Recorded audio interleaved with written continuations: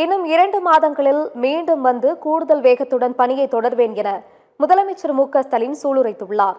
Budget கூட்டத்தொடரின் கடைசி நாளில் பேசிய முதலமைச்சர், எனக்கு தரப்பட்ட பொறுப்பை மிகச் சிறப்பாக செய்ததாகவே உணர்வதாக தெரிவித்தார்.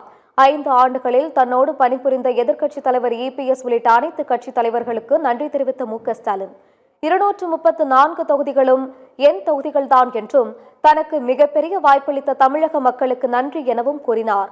அடுத்த 2 மாதங்களில் மீண்டும் வந்து நிச்சயம் கூடுதல் வேகமாக பணியை தொடர்வோம் என்றும் முதலமைச்சர் மு.க.ஸ்டாலின் சட்டப்பேரவையில் சூளுரைத்தார்.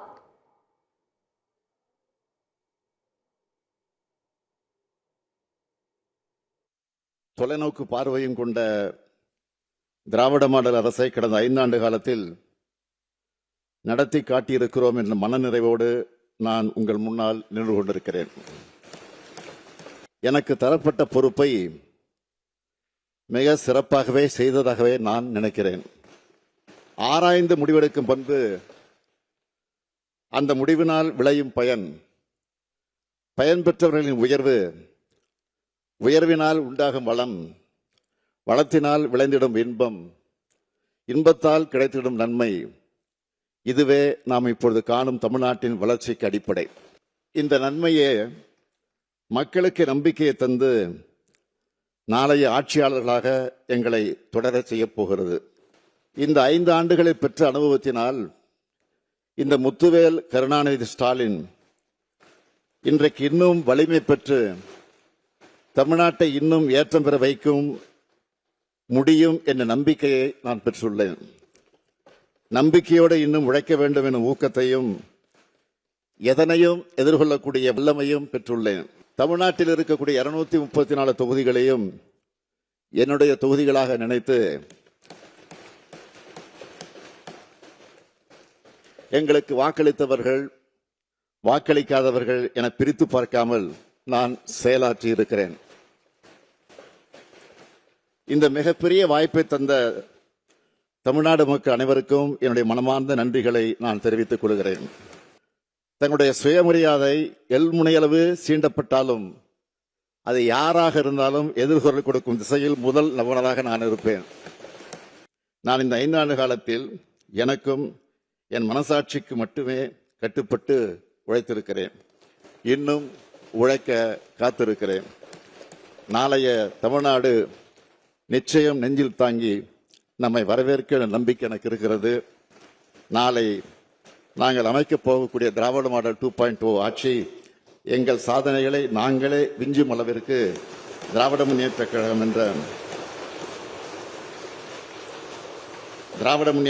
என்ற மாபெரும் இயக்கத்தின் தலைவராக அமர வைத்து நான் தமிழ்நாட்டின் முதலமைச்சராக உழைத்த லட்சக்கணக்கான கழக உடன்பிறப்புகள் இருக்கக்கூடிய திசை நோக்கி வணங்கி அனைவருக்கும் மீண்டும் ஒரு முறை நன்றி தெரிவித்துக் கொள்கிறேன். உறுதியாக சொல்லுகிறேன், மீண்டும் வெல்வோம், மீண்டும் ஆட்சி வந்து அமைப்போம், மீண்டும் வந்து தமிழ் மக்களுக்கான திட்டங்களை தொடர்ந்து செயல்படுத்துவோம். நன்றி, வணக்கம். மீண்டும் திமுகவை ஆட்சி அமைக்கும் என்று முதலமைச்சர் ஸ்டாலின் உறுதிபட தெரிவித்துள்ளார். தேர்தல் வாக்குறுதிகள் அனைத்தையும் நிறைவேற்றியதால் மீண்டும் திமுக ஆட்சிக்கு வர வேண்டும் என மக்கள் விரும்புகிறார்கள் என சட்டப்பேரவை வளாகத்தில் முதலமைச்சர் ஸ்டாலின் உறுதிபட தெரிவித்தார். மனநிறைவோடு சொல்றேன், மீண்டும் திராவிட முன்னேற்ற கழகத்தின் தலைமையில் தான் ஆட்சி அமையும். அது உறுதி. விரைவில் சந்திப்போம். எதிர்கட்சி உறுப்பினர் நீங்க மீண்டும் முதலமைச்சரா வரணும்னு சொல்றாரு, அதை எப்படி பாக்குறீங்க சார்? எதிர்கட்சி மக்களே சொல்றாங்களா, மக்கள் எல்லாருமே சொல்றாங்க. அதனால நிச்சயம் நாங்கள் தான் ஆட்சிக்கு வருவோம், சந்தேகம். தமிழ்நாட்டில் மீண்டும் திமுக ஆட்சி அமைப்பதற்கான வாய்ப்பு உள்ளதாக முன்னாள் முதலமைச்சர் ஓ பன்னீர்செல்வம் தெரிவித்துள்ளார். சட்டமன்ற வளாகத்தில் முதலமைச்சர் ஸ்டாலினை OPS 2 முறை சந்தித்து பேசினார். இதனைத் தொடர்ந்து செய்தியாளர்களிடம் பேசிய ஓ பன்னீர்செல்வம், திமுக தனது 5 ஆண்டு கால ஆட்சியில் செய்த சாதனைகள் மக்கள் மனதில் பதிந்துள்ளது என்றும், திமுக சிறப்பாக செயல்பட்டதால் மீண்டும் ஆட்சிக்கு வர வாய்ப்புள்ளதாகவும் கூறினார். மேலும் திமுக கூட்டணியில் இணைவீர்களா என்ற கேள்விக்கு பொறுமையாக இருங்கள் என பதிலளித்தார். இன்றைக்கு சிறப்பாக நிறைவேற்றதன் காரணமாக மாண்புமிகு முதலமைச்சர் அவர்களுக்கு சந்தித்து அவருக்கு என்னுடைய வாழ்த்துக்களை தெரிவித்து வந்திருக்கிறார். வாழ்த்துக்கள், அவருடைய எண்ணம், செயல்பாடு, தமிழக மக்கள் இன்றைக்கு என்ன நினைத்துக் கொண்டிருக்கிறாரோ அதை அவர் சொல்லியிருக்கிறார். பொதுவான கருத்து இன்றைக்கு இருக்கின்ற அரசியல் சூழ்நிலை, கடந்த 5 ஆண்டு கால ஆட்சியினுடைய நிலை, அவர்கள் இந்த நாட்டுக்கு செய்த அந்த சாதனைகள், இவையெல்லாம் மக்களுடைய மனதில் ஆழமாக பதிந்திருக்கிறது. மீண்டும் ஆட்சிக்கு வரக்கூடிய வாய்ப்பு திராவிட முன்னேற்ற கழகத்துக்கு இருக்கிறது. தாய்மொழி தினம் நாளை கடைபிடிக்கப்படுவதை ஒட்டி சட்டப்பேரவையில் முதலமைச்சர், அமைச்சர்கள், சட்டமன்ற உறுப்பினர்கள் உறுதிமொழி ஏற்றுக்கொண்டனர். தாய்மொழி தினம் நாளை கடைபிடிக்கப்படுகிறது. தாய்மொழி தினத்தை ஒட்டி சட்டப்பேரவையில் முதலமைச்சர் ஸ்டாலின், அமைச்சர்கள், சட்டமன்ற உறுப்பினர்கள் உறுதிமொழி ஏற்றுக்கொண்டனர்.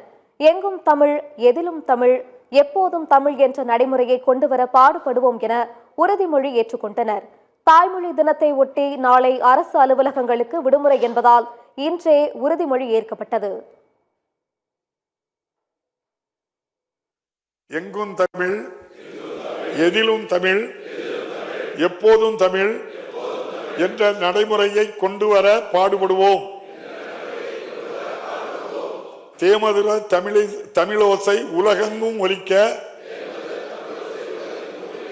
எந்நாளும் உழைத்திடுவோம். அனைத்து ஆவணங்களிலும் தமிழிலேயே கையொப்பமிடுவோம். குழந்தைகளுக்கு தமிழ் மொழியில் பெயர் சூட்ட பரப்புரை செய்திடுவோம். இணையற்ற தமிழுடன் இணைய தமிழையும் காத்து வளர்ப்போம் என்று உளமாற உறுதி கூறுகிறேன். மகளிர் உரிமை தொகையை தடை செய்ய யாரேனும் முற்பட்டால் தமிழ்நாடே கொந்தளிக்கும் என்று நிதியமைச்சர் தங்கம் தென்னரசு எச்சரித்தார். தமிழக சட்டப்பேரவையின் கடைசி நாளான இன்று நிதியமைச்சர் தங்கம் தென்னரசு பதிலுரை வழங்கினார். அப்போது மகளிர் உரிமை தொகையை தடை செய்ய யாரேனும் முற்பட்டால் தமிழ்நாடே கொந்தளிக்கும் என்றும், அந்த கொந்தளிப்பு உள்ளவரை முதலமைச்சர் மு.க.ஸ்டாலின் தான் தமிழகத்தை ஆள்கிறார் எனவும் கூறினார். 5000 ரூபாய் உரிமை தொகை என்பது துல்லிய தாக்குதல் கிடையாது, தாயுமானவரின் அன்பான அரவணைப்பு என்றும் தெரிவித்தார். துல்லிய தாக்குதல் அல்ல, இது துல்லிய தாக்குதல் அல்ல, ஒரு தாயுமானவரின் அன்பான அரவணைப்பு. It is not a surgical strike. It is a strategy filled with compassion but executed with clinical precision.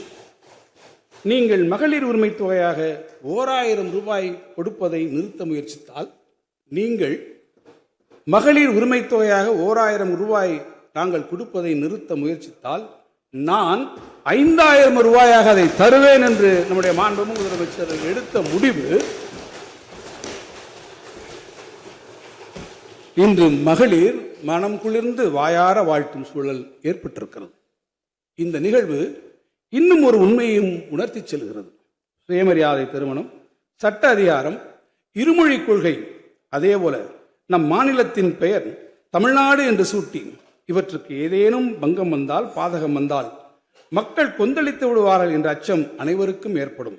அந்த அச்சம் இருக்கும் வரை இந்த நாட்டை ஆள்வது பேரறிஞர் அண்ணாதான் என்று உரக்கச் சொன்னாரே, அதை போல சமூக நீதிக்கு எப்போதெல்லாம் பங்கம் வருகிறதோ அப்போதெல்லாம் தமிழ்நாடு உரத்து குரல் கொடுக்கும்.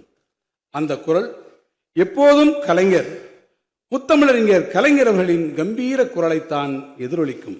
அதேபோல்தான் மகளிரின் உழைப்பை அங்கீகரிக்கும் மகளிர் உரிமை திட்டத்தை யாரேனும் நிறுத்த முற்பட்டால் தமிழ்நாடே கொந்தளிக்கும். அந்த கொந்தளிப்பு உணர்வு இருக்கும் வரை தமிழ்நாட்டை ஆட்சி செய்வது முத்துவே கருணாநிதி ஸ்டாலின் தான் என்பதை நான் உரத்து சொல்கிறேன். விவசாயிகளின் கருத்தை கேட்டு பட்ஜெட்டில் திட்டங்களை அறிவிப்பதால் விவசாயிகள் மகிழ்ச்சியாக உள்ளனர் என்று சட்டப்பேரவையில் வேளாண்மைத்துறை அமைச்சர் எம்.ஆர்.கே. பன்னீர்செல்வம் தெரிவித்துள்ளார். தமிழ்நாடு அரசின் இடைக்கால வேளாண் பட்ஜெட் மீதான விவாதத்துக்கு சட்டப்பேரவையில் அமைச்சர் எம்.ஆர்.கே. பன்னீர்செல்வம் பதிலுரை ஆற்றினார். அப்போது அதிமுகவின் 10 ஆண்டுகால ஆட்சியில் போராட்டத்திற்கு இடையிலேயே வாழ்ந்த வேளாண் மக்கள் திராவிட மாடல் ஆட்சியில் மகிழ்ச்சியாக இருக்கிறார்கள் என்று கூறினார். தமிழ்நாட்டில்தான் தொடர்ந்து 5 ஆண்டுகளாக வேளாண் நிதிநிலை அறிக்கை தாக்கல் செய்யப்படுகிறது என்றும், கடந்த 5 ஆண்டுகளில் 1.94 லட்சம் கோடி வேளாண்மை துறைக்கு ஒதுக்கீடு செய்யப்பட்டுள்ளது என்றும் கூறினார். திராவிட மாடல் ஆட்சியில் ஒரு விவசாயி கூட தற்கொலை செய்யவில்லை என்றும், அதிமுக ஆட்சியில் வேளாண் நிதிநிலை அறிக்கை என்ற ஒன்றே கிடையாது, மானிய கோரிக்கையில் கருத்தும் கேட்கவில்லை, அவர்களின் தோல்வி நிர்வாகத்தால் 102 உழவர்கள் தற்கொலை செய்து கொண்டனர் என்றும் அமைச்சர் MRK பன்னீர்செல்வம் குற்றம் சாட்டினார்.